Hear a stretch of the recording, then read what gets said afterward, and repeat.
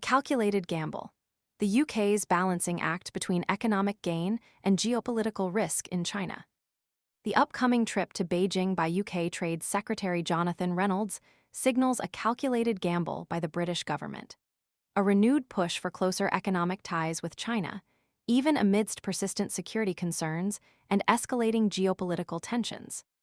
This strategic decision, seemingly at odds with previous pronouncements, underscores the complex balancing act the UK is attempting as it navigates the intricate landscape of Sino-British relations. Reynolds' journey, slated for later this year, aims to reignite the dormant UK-China Joint Economic and Trade Commission, JETCO. This high-level dialogue, stalled since 2018, a period marked by Beijing's increasingly assertive actions in Hong Kong and a subsequent deterioration in bilateral relations, represents a significant attempt to mend fences and boost bilateral trade and investment.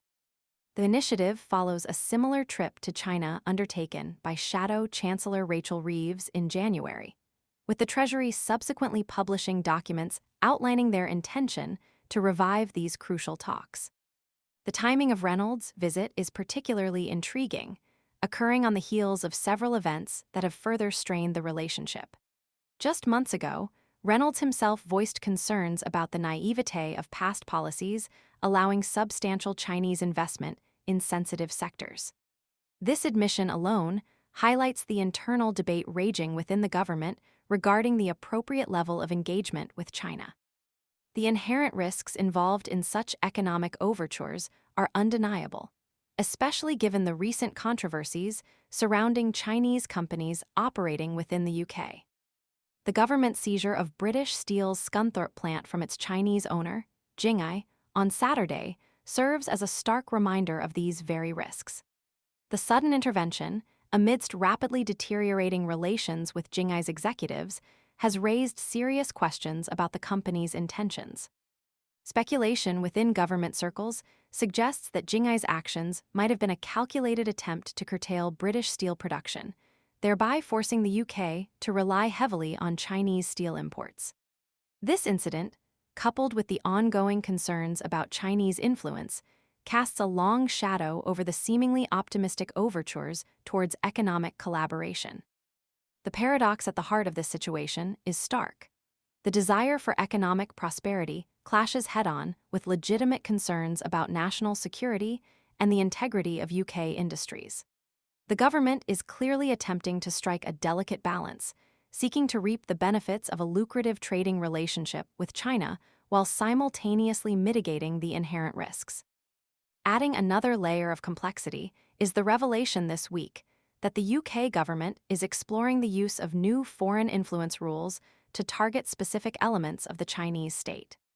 This signals a continued wariness towards Chinese influence within the UK, underscoring the underlying tension between economic pragmatism and the need to safeguard national interests. The implications of these new rules are far-reaching, potentially impacting not only future investments, but also existing business collaborations. The case of British parliamentarian Baroness Hobhouse further exemplifies the challenges faced in navigating this complex relationship.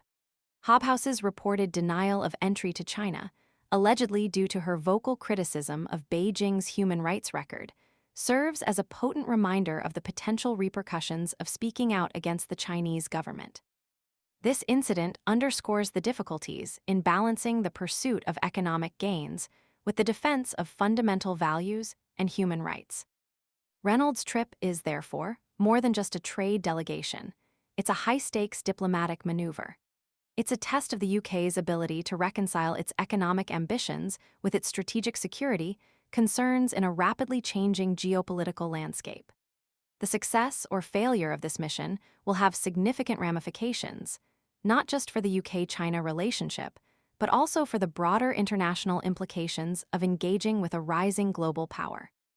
The delicate dance between economic opportunity and geopolitical risk continues, and the world watches closely to see how this carefully choreographed gamble will play out. The stakes, it seems, are impossibly high. The potential rewards are equally enticing, but the inherent risks remain substantial. This is not simply a trade mission, It is a critical test of the UK's strategic resolve and its ability to thrive in an increasingly multipolar world. The journey ahead is paved with both promises and peril, and the outcome remains to be seen.